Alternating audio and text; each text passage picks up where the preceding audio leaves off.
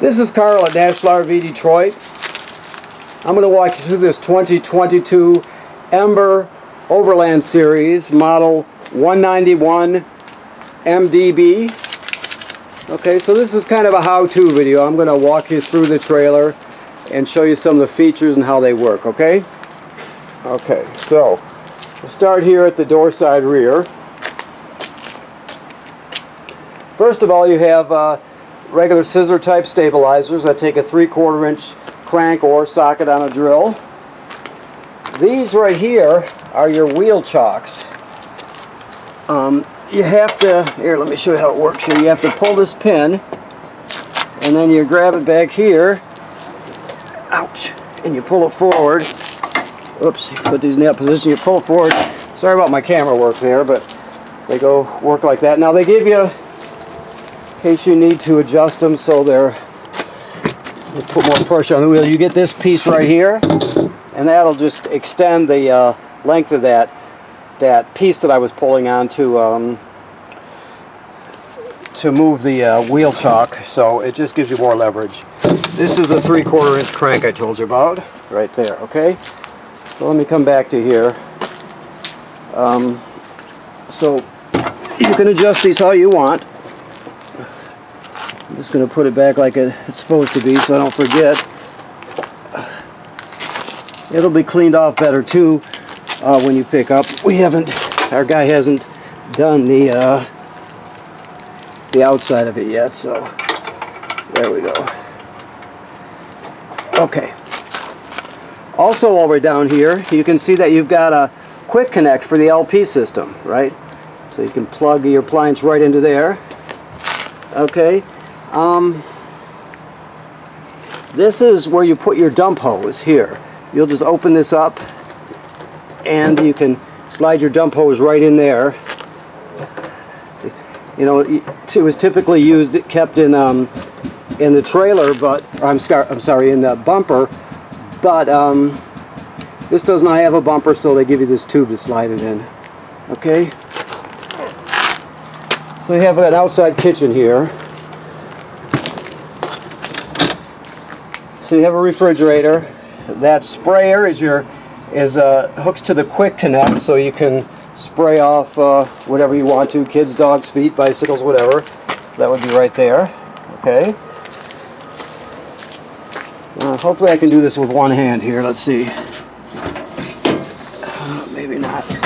Oh yeah. So this is your griddle here. You can see that there's a LP hose. It's got a male fitting right there. That male fitting will plug right into the female quick connect under here that I showed you. So that's how you connect your griddle to the LP system, okay? So you have a power awning with LED strip. This is just power here. Sprayer port like I told you. Now this is the range hood vent for your range hood. If you're going to be running the fan when you're cooking, you have to reach up and push this open so that baffle inside flaps freely. So anytime you're venting to the outside, you want that flapping freely. Otherwise, snap it shut when you're traveling or in storage or anything like that, okay? Of course, your stairs, like I said, the outside hasn't been washed yet, so it looks a little dirty, but we're still working on it. You can adjust the legs on independently of each other. You just pull in on these latches here and you slide the legs up and down. Okay, this is just your dump hose. Okay. You have two LP tanks, automatic changeover regulator. You've got this is kind of unique, the tongue jack on it. The switch force right here. Right, so you can extend this way. I'm sure you know about this because I'm sure you researched it before you bought it, but you have that there. One other thing I didn't really show you, but I'll just give you a quick look at it. It also has a different kind of suspension. You can see it right here. So it's a whole different kind of suspension. Okay. Alright, so tanks, power, tongue jack. Then you have battery compartment here. You can put as many batteries as you want. I think somebody mentioned to me you were going to put lithium in here, so there you have it. We get these sometimes with lithium already in them. They work really well. You have, now this system has a solar panel, right? So the solar panel will charge your batteries. And it has a power inverter, right? You can invert and convert power. So inverting is taking 12 volt DC and inverting it to 110 AC. So that's why having more batteries or more powerful batteries is a good thing. So if you want to be inverting, like inside this trailer, some or all of the receptacles will be inverted. So if you want to run like an appliance, you can just plug it in. Before you do that, you would turn that on just like that. That's the inverter. You can hear it kick on there. So right now it's taking 12 volt DC from the battery and converting it to 110 AC and sending it to your receptacles. Okay, so if you're camping someplace where you don't have any AC power, you can still use some of your appliances. Now this is for a tire monitor, just so you know. This is your kill switch for your battery. When you put it into storage, you can do that. You can kill it, but keep in mind you always want it on because your solar panel sends amps to the battery. When you're plugged in, your power converter, which is inside, I'll show you that. Your converter sends power to the battery, and then when you're pulling it down the road, your tow vehicle's charging the battery also. So generally, you'll keep it on. Okay, right now the water heater is in bypass mode, and this is winterized. So you can see this is in bypass mode here. To work the two valves, you just look at the different configurations here. Right now, it's set for city water, for example. So city water would just be hooking your hose right up to there, turning it on, and you're all set, ready to go. All the plumbing works. Now, if you want to, it's got an onboard tank. So if you want to, let's say you're going to a rustic campground, or you're boondocking, or you're going to a state park that doesn't have plumbing on the campsites, but they have a fill station when you first go in. You can look here and see tank fill. So you would turn it to that, and that will send the water from here to the tank. That's a pump switch right there. From there to the tank. So you can fill up your fresh water tank, and like I said, pump the water manually out of there. Or I'm sorry, let me back up. You can fill your fresh water tank and use the water pump on board to pump the water, and everything will work just as though you have city water. Okay. All right. So this is for winterizing. You see the antifreeze on there. It's already been winterized. So that's the port you winterize from. This is a black tank flush. So after you've dumped your black tank, let's say it's closed right now. So when you dump it, you leave this valve open, right? Then you will put the hose at the dump station right on here, turn it on. It'll spray the inside of your black tank out. It'll clean off the sensors, that sort of thing. Get it nice and clean inside. So you can operate your valves from here, of course. This is for that sprayer again. You can plug it in here too. This thing is just in case you wanted to buy a solar battery charger, just a solar panel, a portable panel. You could purchase that and plug it in right there if you were interested. Cable and satellite through. There's a water pump switch out here. There's also one inside the trailer. You saw me just shut it off. This is, like I said, this is a water docking area, and you can do just about everything you need when it comes to water from right here. Okay? All right. And one thing I wanted to say, when you're inverting power, only invert it when you're going to be using it. Don't just leave the inverter running. There's no reason to do that. So if you're going to be using a blender or a coffee pot that runs on AC power, you can turn it on right before you use it. Okay. These are low point drains here. That's for your low point of your plumbing. Let me see if you can see that white gate valve back there. That's the dump for your fresh water tank. If you don't want to take it with you, for example, right now it's just about full. I don't know if I can. I'm not going to do it. I wind up getting soaked. But when we give it to you, we'll obviously dump it before you pick it up. But if you wanted to dump your fresh water storage tank, you could just pull that gate valve and it would dump. All right. Now this is a Schwintek slide out. You can tell by the two gear tracks on each side of the slide room. it's owned by Lippert now, and it's got a different name. They call it a through wall slide out, something like that. But people still refer to it as a Schwintek, so they'll know what you're talking about if you say you have a Schwintek. Okay. This is a 30 amp system, so you get a 30 amp power cord, and we give you a reducer too to reduce it down to 20. Okay. That's where your dump valve goes, of course. You have a hookup for your portable ladder there, and then another one back here, which is a great thing. This is your ladder here, but it's a great thing because it makes it easy to inspect the roof. The manufacturer says you should inspect the roof every 60 days, so you want to go up there or have somebody go up there on regular basis and check out all the sealant, make sure there's no cracking or separation where water can get in. Make sure none of the roof attachments or roofing material was damaged by low branches or road debris flying up there or anything like that. You're just getting an idea what's happening up there and protecting your investment, okay? Spare, of course. That is a housing. It's pre-wired for a backup camera, so that housing would accept a Furrion camera that fits right in there. If you ever want to add one on, it's very simple to do. Okay. Alright, so let's go inside here.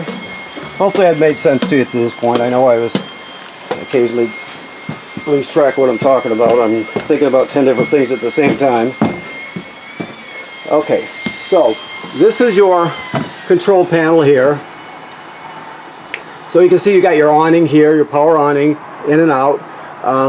You never leave it out unattended, of course. If you're not going to be at the campsite, roll it in. There's the switch for your slide room. Ceiling light, awning light, step light, accent light, and then of course this is your water pump here. You use that to obviously to pump fresh water out of the freshwater tank when you don't have city water. You also use that to winterize the trailer. This is the connected to the public Wi-Fi booster there. And here are your, like I mentioned, your fresh tank is just about full still. The other ones have been dumped. Your battery's charged. Now this is your both furnace and your water heater. It's a pretty cool thing. It's on demand, so you find them in higher end trailers like this one. You will find them in like Airstreams and things like that a lot. But it's a very cool thing, and we'll talk to you about that when you come through to pick up too. Plus, in this packet right here, there's literature for everything, so keep that in mind.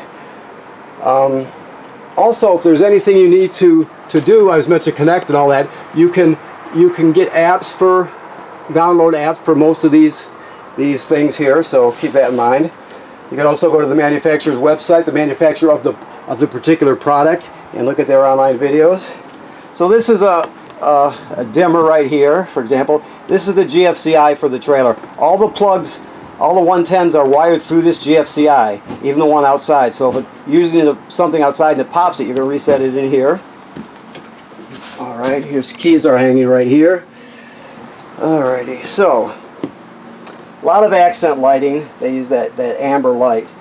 Now this TV, it swings out as you can see, but it locks into place. So make sure it's locked into place when you're traveling. It has a radio and everything built right into it. So it's kind of an all-in-one TV. I'm not going to drop your Murphy bed right now, but it's just this. It's very simple. Okay. And you would jackknife this flat before you bring the bed down, obviously. Okay. This is another dimmer. There's a light up here behind the Murphy bed. So let me show you. I don't know if you can see. You can see it through the crack there. But that is the on and off switch plus the dimmer for that. Okay. You can drop this table top down onto these cleats here. There's 4 cleats, and you can use the back cushions to fill in the space, and you got another bed there if you need it. This is the carbon monoxide and LP gas detector right here.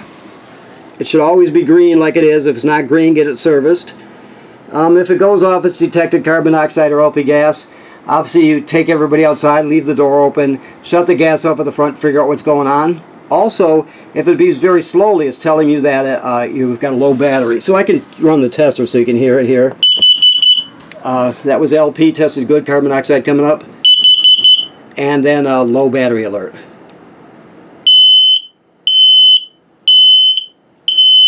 And then back to green. It should always be green. If it's not, get it serviced. Okay, so this right here is your power converter. I told you about the inverter, which inverts 12 volt DC to 110 AC, right? Well, this is the converter. It does just the opposite. So when you're plugged in to shore power like we are right now, you have regular AC, 110 AC circuit breakers like you'd have at home. This is kind of the distribution panel right here. Everything's labeled.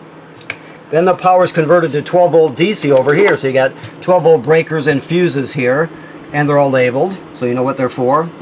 Also, this senses how much energy your batteries have and need, and it'll always keep them charged. So if they're really topped off, it'll just trickle a couple amps to maintain it.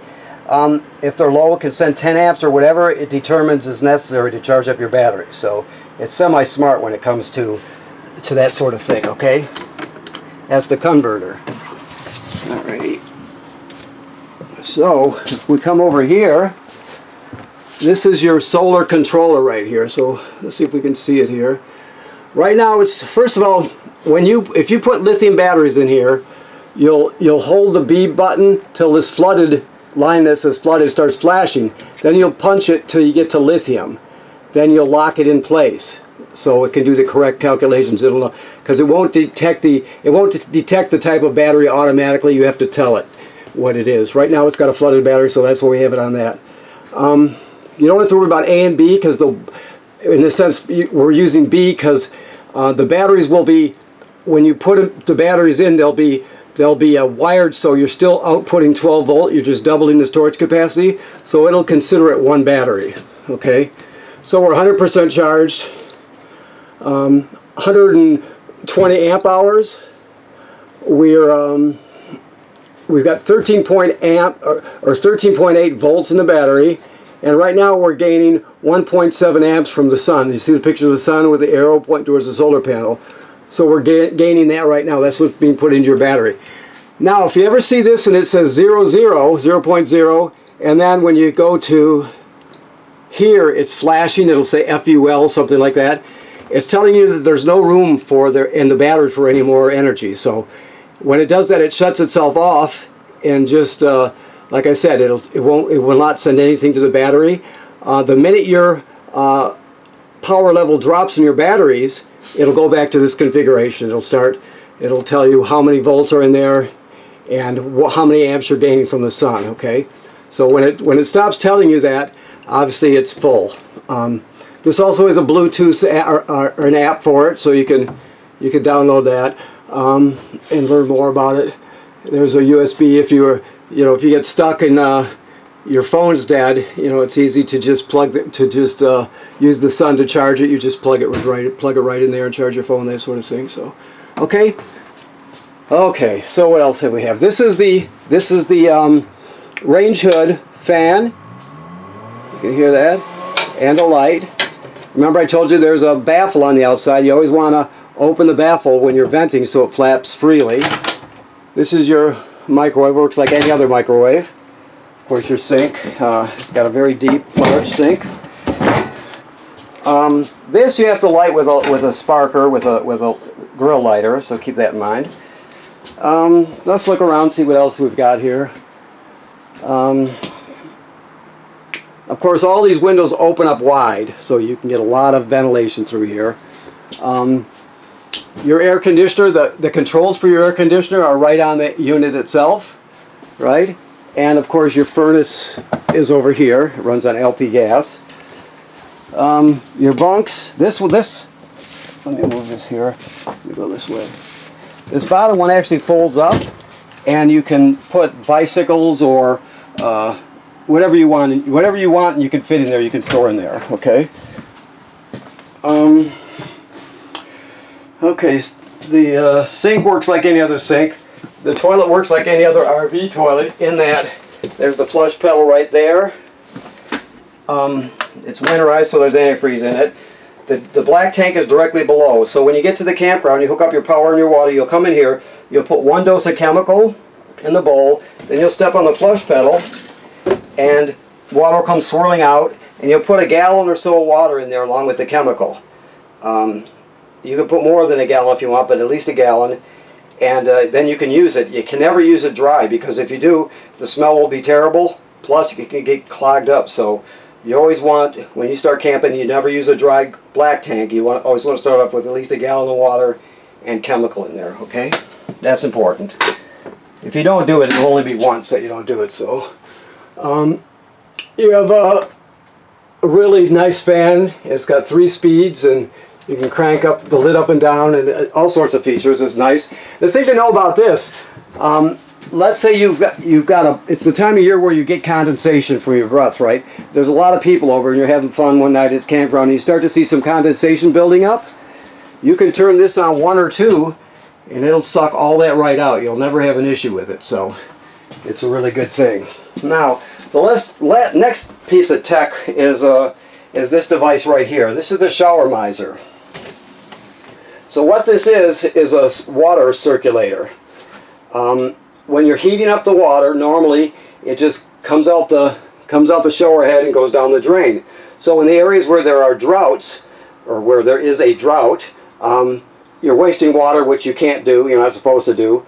Plus you're wasting storage in your gray tank by putting perfectly good water in there. So what this does, you'll go like this, in that position, and the water will circulate in a loop. Keep going around in a loop until it heats up. So you don't waste any water at all. When it gets hot, this will turn to a beigeish color. It'll be a dramatic change. You'll notice it in a split second. You'll see the beigeish color. So when you do see that, you know it's heated up. Then you would go to regular operating position, so the shower head works normally. But it's a neat thing because you can heat up your water without wasting any or using up any storage space. Okay. That's the shower miser. Like I said over there, when I was talking to you over here, you can always go to manufacturers, the manufacturer of the components website also, and they generally have really good product videos there too if you want to learn. When it comes to the solar panel system, the Go Power system, they got a super great website. You may know all this stuff already, but they got tons of good information, all kinds of stuff on there. You can learn as much as you want if you don't already know. Okay, so your refrigerator is a 12 volt DC refrigerator. So it runs off 12 volts, like so. So that'll run off your battery when you're going down the road. Your tow vehicle's alternator will be charging the battery along with the solar panel, and you can just run it going down the road like that, okay? Okay, so I think that pretty much covers everything. I know some things I probably didn't make clear enough, but when you pick up, we'll talk to you about it too, and we'll go over everything you need to know. You may know it all. You may know more than I do about it. I just don't know, so I have to assume that you don't. So, okay? All right, so first of all, thank you for purchasing your trailer here at National RV Detroit. Second of all, remember to inspect the roof every 60 days. That's important. If you keep after that roof, it'll never ever get wet inside. And that's not this trailer, it's every trailer ever made. People generally tend not to inspect it enough, so make sure you do that. And right now, this is winterized, so all the water's been purged from the system. It's been replaced with antifreeze. The water heater is in bypass mode and is empty. Okay? Thank you.